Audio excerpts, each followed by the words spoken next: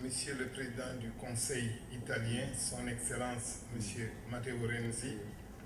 Monsieur le Ministre de l'Enseignement supérieur et de la Recherche, Excellence Monsieur l'Ambassadeur d'Italie au Sénégal, Messieurs les ambassadeurs et membres du corps diplomatique, Monsieur le Directeur général de l'Enseignement supérieur, Messieurs les doyens, directeurs d'écoles et d'instituts, Mesdames, Messieurs les membres des personnels d'enseignement et de recherche,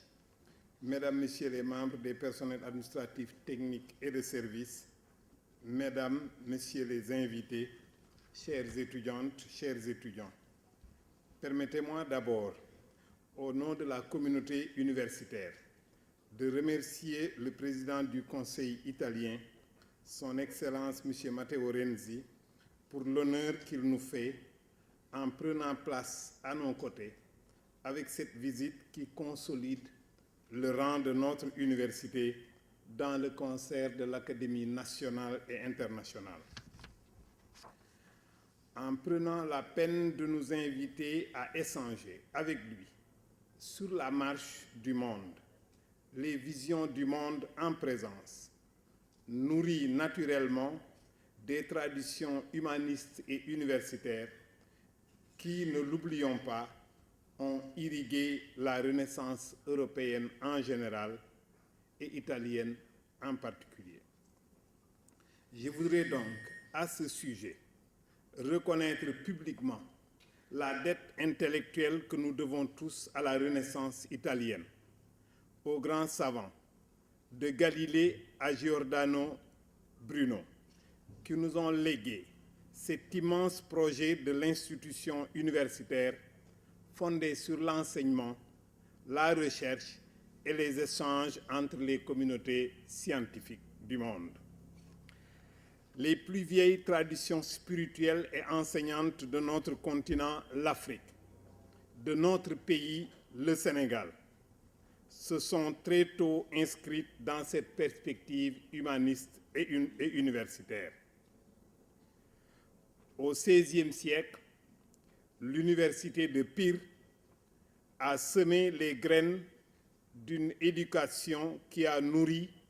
les leaders du XVIIIe siècle qui ont combattu avec vigueur les traites esclavagistes en Sénégambie.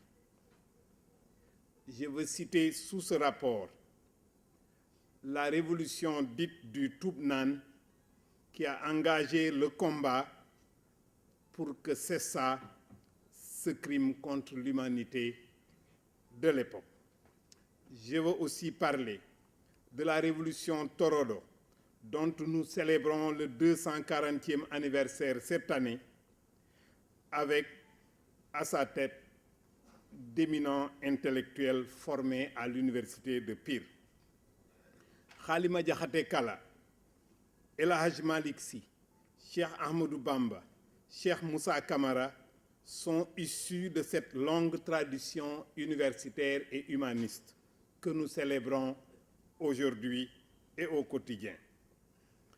En circulant entre l'Italie et le Sénégal,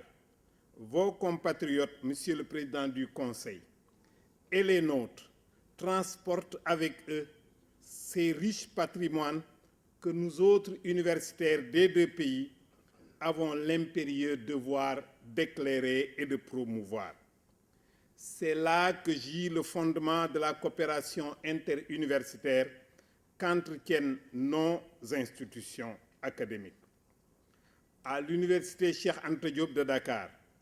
nous avons compris que la coopération,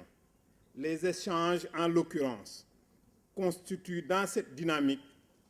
un atout majeur pour relever les défis du développement de l'enseignement supérieur et de la recherche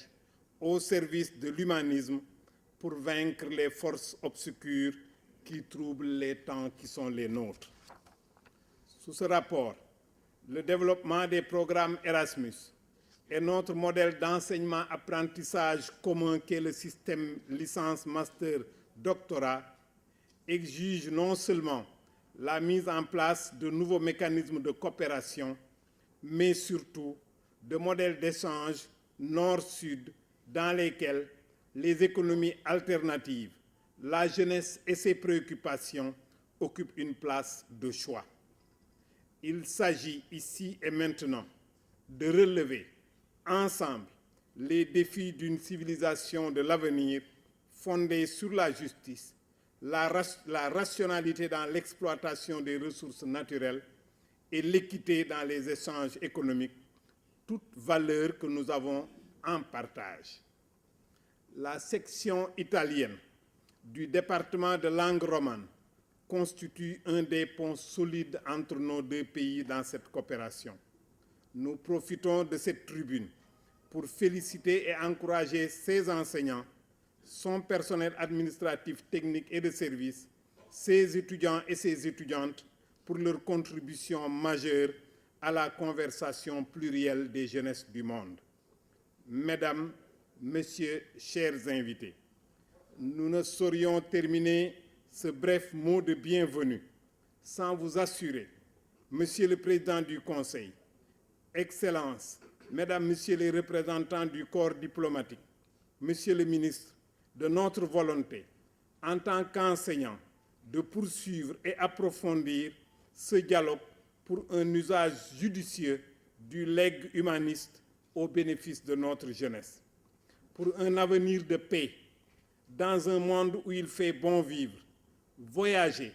apprendre et découvrir des racines communes à toutes nos cultures et conceptions, apporter les réponses à nos questions communes, dans les joies renouvelées de l'étude et de la réflexion, ainsi que nous l'apprennent les grands maîtres de la Renaissance,